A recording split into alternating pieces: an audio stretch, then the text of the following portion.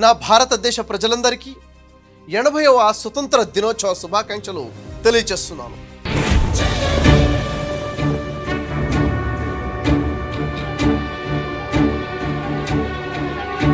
మీ అందరినీ కూడాను ఒక ప్రత్యేకమైన రిక్వెస్ట్, దయచేసి ఒక 10 నిమిషాలు సమయం ఇవ్వండి. నేను చెప్పే విషయాన్ని జాగ్రత్తగా ఆలకిస్తారని, దేశం మీద మనకున్నటువంటి ప్రేమని మరొకసారి గుర్తు చేసుకుంటూ ఈ 10 నిమిషాలు సమయం కేటాయించాలని మనస్ఫూర్తిగా నేను వేడుకుంటున్నాను. ఒక్కసారి గుండె మీద చేసుకొని చూసుకుంటే, ఏ స్ఫూర్తితో అయితే, ఏ ఆశతో అయితే లక్షలాది మంది స్వతంత్ర పోరాటం చేశారో, వారి కోరికలను పక్కన పెట్టేశారు, వారి కుటుంబాన్ని త్యాగం చేసేశారు, చివరికి ప్రాణ త్యాగం చేసి స్వతంత్ర భారతదేశాన్ని సంపాదించుకున్నారు కదా. ఎందుకని?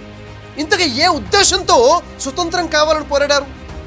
ఇది మా దేశం, మేము ఒకరి బానిసత్వంలో ఉండము అని చెప్పి తెల్లవాళ్ళకి వ్యతిరేకంగా పోరాడారు కదా.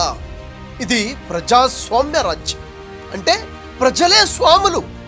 ఈ దేశానికి యజమానులు ఎవరు? ప్రజలే. ఈ దేశానికి ఓనర్స్ ఎవరు అంటే ప్రజలే. మేమే రాజులము, మేమే పరిపాలించుకుంటాము, మీరొద్దు అని చెప్పేసి పోరాటం చేశారు, ప్రాణాలు అర్పించేశారు. మరి ఇన్ని త్యాగాల తర్వాత వచ్చినటువంటి ఈ స్వతంత్ర భారతదేశము నిజంగా ఒక సురాజ్యంగా మారిందా? ఒక మంచి రాజ్యంగా మార్చుకోగలిగామా? మన రాజ్యాంగం చెప్తున్నట్టుగా నిజమైన ప్రజాస్వామ్యం మనకు వచ్చిందా? ప్రజలకి సమానత్వం వచ్చిందా?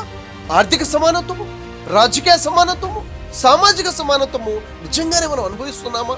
ఈరోజు భారతదేశ స్థితిగతులేమిటి, పరిస్థితులేమిటి, ఎలాంటి స్థితిలో మన జీవితం గడుపుతున్నాం? వాస్తవాలు మాట్లాడుకుంటే, ఆ రోజు తెల్లవాడు దోచుకున్నాడు, ఈరోజు మనవాడే దోచుకుంటున్నాడు. ఇది నిజం కాదా? ఒక్క విషయం జాగ్రత్తగా ఆలోచిస్తే, ప్రజాస్వామ్యం అంటే ప్రజలే స్వాములు కదా, యజమానులు కదా.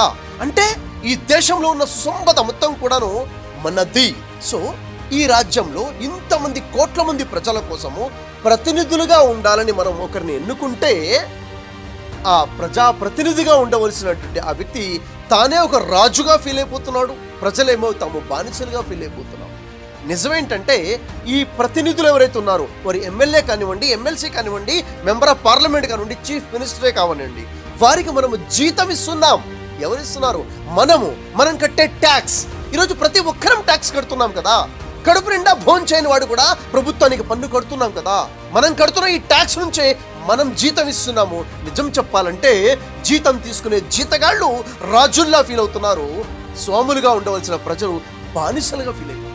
మన దేశం యొక్క అడ్మినిస్ట్రేషన్ కోసం ఏదైతే డిపార్ట్మెంట్స్ ఏర్పాటు చేసుకున్నామో వాళ్ళేమో ఆఫీసర్స్గా ఫీల్ అయిపోతున్నాము, మనం వెళ్ళే మన బానిసలుగా చేతులు కట్టుకుంటాం. ఏదైనా ఒక ఆఫీస్కి వెళ్తే, పోలీస్ డిపార్ట్మెంట్ కానివ్వండి, ఏ డిపార్ట్మెంట్కి వెళ్ళినా కానీ అక్కడ మన హక్కుల కోసం మనం వెళ్ళి మన రక్షణ కోసం అడగాలంటే నిల్చోవాలి, చేతులు కట్టుకోవాలి, ప్రాధేయపడాలి. అక్కడ చైర్లో కూర్చున్నాడు ఆఫీసర్గా ఫీల్ అయిపోతున్నాడు, మన జీతం తీసుకున్నవాడు. ఇదా నిజమైన ప్రజాస్వామ్యం? ఇక్కడ గమనించాల్సిన విషయం ఏంటంటే, అక్కడ ఆఫీస్లో చైర్ మీద కూర్చున్నవాడు ఆఫీసరా? ఎవరికి ఆఫీసర్? తన సబార్డినేట్కి, తన డిపార్ట్మెంట్లో ఉన్నవాడికి ఆఫీసర్ తప్ప ప్రజలకి ఆఫీసర్ కాదు. ప్రజలు రాజులు అన్న విషయం ప్రజలకి తెలియదు, ఆ చైర్లో కూర్చున్నవాడికి తెలియదు. తను జీతం తీసుకుంటున్నాడు, ప్రజలు రాజులు అన్న విషయం మర్చిపోయా.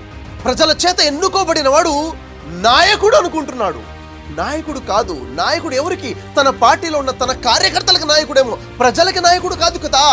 ప్రజలకు సేవకుడు, ప్రజలకు జీతం తీసుకున్నటువంటి ఒక సేవకుడు. ఎందుకు నీ స్పృహ లేకుండా పోయింది అంటే, రాజ్యాంగ అవగాహన లేకపోవటం వల్ల. రాజ్యాంగం ప్రజలకిచ్చే హక్కులేమిటి, రాజ్యాంగం ప్రజలకిచ్చే బాధ్యతలేంటో మర్చిపోవటం వల్ల, ప్రజాస్వామ్యం యొక్క నిజమైన అర్థం తెలియకపోవటం వల్లనే ఈరోజు వ్యవహారం ఇలా ఉంది. స్వతంత్రానికి ముందు దోచుకోబడ్డాము, ఇప్పుడు కూడా దోచుకోబడుతున్నాము. మీకు ఒక ఉదాహరణ చెప్తాను, చాలా జాగ్రత్తగా వినండి. ఒక వ్యక్తి ఉద్యోగం కోసం కంపెనీలో జాబ్ అప్లై చేసుకున్నాడు. తను ఇచ్చిన సర్టిఫికేట్స్ రాంగ్గా ఉన్నాయి, అబద్ధాలు ఆడాడు. అబద్ధాల ఆధారంగా ఉద్యోగం వచ్చింది. కొంతకాలం తర్వాత తెలిసిపోయింది అతని సర్టిఫికేట్స్ ఫ్రాడ్ అని, తను చెప్పింది అబద్ధాలని. అప్పుడు కంపెనీ ఏం చేస్తుంది? యాక్షన్ తీసుకుంటుంది, లీగల్ యాక్షన్ తీసుకుంటుంది, అతన్ని పనిష్ కూడా చేస్తుంది. ఇక భవిష్యత్తులో ఎక్కడ కూడా జాబ్ అప్లై చేసే అవకాశం లేకుండా కూడా చేస్తుంది. అలాగే మన ఎలక్షన్స్లో కూడాను కొన్ని పార్టీలైనా, కొంతమంది ఇండివిజువల్ వ్యక్తులైనా, మేము మీకు ఇది చేస్తాము అది చేస్తామని మేనిఫెస్టోలు రిలీజ్ చేసి అబద్ధపు హామీలు ఇచ్చి ప్రజల్ని ఆశ కల్పించి వాళ్ళు రాజకీయాల్లో నెగ్గుతున్నారు, అంటే ఉద్యోగం సంపాదిస్తున్నారు. ఆ తర్వాత తేలుతుంది వాళ్ళు చెప్పిన మేనిఫెస్టోలో ఇచ్చిన వాగ్దానాలన్నీ అబద్ధాలని తేలిపోతుంది. సింపుల్ గా చెప్పేస్తున్నారు, బడ్జెట్ లేదు, ఖజానా ఖాళీ అయిపోయింది అని చెప్పేసి. ఇది ప్రజలకు చేసే మోసం కాదా? నిజంగా చెప్పాలంటే వాళ్ళు ఇచ్చే మేనిఫెస్టో ఏదైతే ఉందో అది లీగల్ డాక్యుమెంట్ అయి ఉండాలి. సిఏజీ వెరిఫికేషన్ తర్వాత ఆ పార్టీ అయినా సదరు వ్యక్తి అయినా కానీ సైన్ చేసి లీగల్ డాక్యుమెంట్ అయి ఉండాలి. అతను గెలిచిన 3 నుండి 4 సంవత్సరాలు కనుక అతను నెరవేర్చకపోతే అతని పనిష్మెంట్ ఇవ్వాలి, లీగల్ యాక్షన్ తీసుకోవాలి, భవిష్యత్తులో ఎలక్షన్స్లో పోటీ చేసే అర్హత తీసేయాలి. అదేవిధంగా ఒక వ్యక్తి ఎమ్మెల్యే గానో ఎమ్మెల్సీ గానో ఎంపీ గానో గెలిచిన తర్వాత తను సక్రమమైన పరిపాలన చేయకపోతే తను రీకాల్ చేసే హక్కు కూడా ప్రజలకు ఉండాలి. ఈరోజు ప్రజల్లో మార్పు రావాలి, ప్రజలు పౌరులుగా మారాలి, రాజ్యాంగ అవగాహన తెచ్చుకొని వీరిని నిలదీసి ప్రశ్నించాల్సిన సమయం వచ్చింది. ఏ విధంగా అయితే మన భరతమాత స్వతంత్రం కోసం ఒక భగత్ సింగ్, ఒక అల్లూరి సీతారామరాజు, ఒక అష్ఫాకుల్లా ఖాన్, సుభాష్ చంద్రబోస్ లాంటి అనేక మంది ప్రాణత్యాగం చేశారో, ఇప్పుడు భరతమాత పిలుస్తుంది.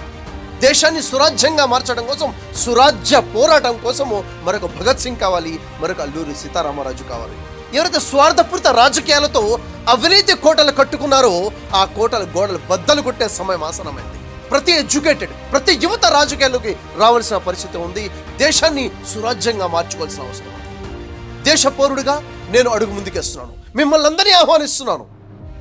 రండి, మన భారతదేశాన్ని, మన భరత మాతని మనమే సురాజ్యంగా మార్చుకుందాం, సమానత్వం అందరికీ వచ్చేలాగా చేసుకుందాం, మన దేశాన్ని మనమే రక్షించుకుందాం.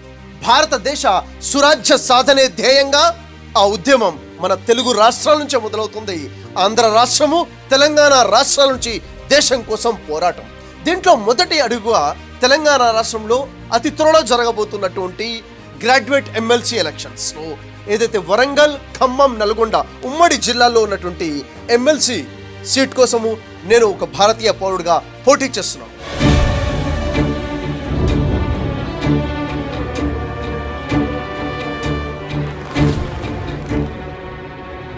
మీ అందరి సహకారం నేను కోరుతున్నాను. ప్రతి ఎడ్యుకేటెడ్ గ్రాడ్యుయేట్ పర్సన్ తప్పకుండా మీ ఓటుని ఎన్రోల్ చేసుకోండి. ఇది కేవలం ఈ 3 జిల్లాల ప్రజలకే కాదు, తెలుగు ఉభయ రాష్ట్రాలలో ఉన్న ప్రతి ఒక్క వ్యక్తికి అప్పీల్ చేస్తున్నాను. దయచేసి ఈ వీడియోని అందరికీ వైరల్ చేయండి. ముఖ్యంగా ఆ 3 జిల్లాల్లో ఉన్న ప్రతి వ్యక్తికి వైరల్ చేయండి. మీ టైం నాకు కావాలి, మీ సహాయం నాకు కావాలి, మీ కోఆపరేషన్ నాకు కావాలి, మీ యొక్క ధైర్యం నాకు కావాలి. మనందరి తరపు నుంచి మొదటి అడుగు నేను వేశాను. ప్రతి ఒక్క నియోజకవర్గం నుంచి నాలాంటి ఒకడు ముందుకు వస్తాడని, అందరూ ఏకమై ఏకం భారత్ పేరుతో నేను సైతం సురాజ్యం కోసం అడుగులేస్తారని పూర్తిగా నమ్ముతూ ఈ గ్రాడ్యుయేట్ ఎమ్మెల్సీ ఎలక్షన్స్ ఏవైతే జరగబోతున్నాయో ఇక్కడ ప్రజల శక్తి ఏమిటో, సామాన్యుడి పవర్ ఏంటో మనందరం కలిసి నిరూపించుకుందాం. ఈ 3 జిల్లాల్లో ఉన్నటువంటి ప్రతి బూత్ లెవెల్లో మనం కమిటీస్ని ఏర్పాటు చేసుకుందాం. ప్రతి ఒక్క యువతని, ప్రతి ఒక్క వ్యక్తిని కులాలకు అతీతంగా, మతాలకు అతీతంగా భారతీయుడు అన్న స్పిరిట్తో ఏ విధంగా అయితే స్వతంత్ర ఉద్యమం జరిగిందో అదో కులం కోసమో మతం కోసమో కాకుండా దేశం కోసం జరిగిందో అదే భారతదేశాన్ని సురాజ్యంగా మార్చుకోవడం కోసమో ఈ పోరాటం. మీ అందరి సహకారం ఉంటుందని మనస్ఫూర్తిగా నమ్మకం కలిగి ఉండి మీ అందరినీ ఆహ్వానిస్తున్నాను. ఈ నెంబర్కి కాల్ చేయండి. మీ కాంట్రిబ్యూషన్ ఎలా ఉంటుందో, మీ సపోర్ట్ ఎలా ఉంటుందో, మీరు ఎలా సమయం ఇవ్వగలుగుతారో తెలియచేయండి. కింద లింక్ ప్రెస్ చేసి మీ మెంబర్షిప్ కూడా ఫిలప్ చేయండి. తెలియచేయండి. మన నినాదం భారత్ మాతాకి జై, సురాజ్య సాధనే ధ్యేయం. జై హింద్, భారత్ మాతాకి జై.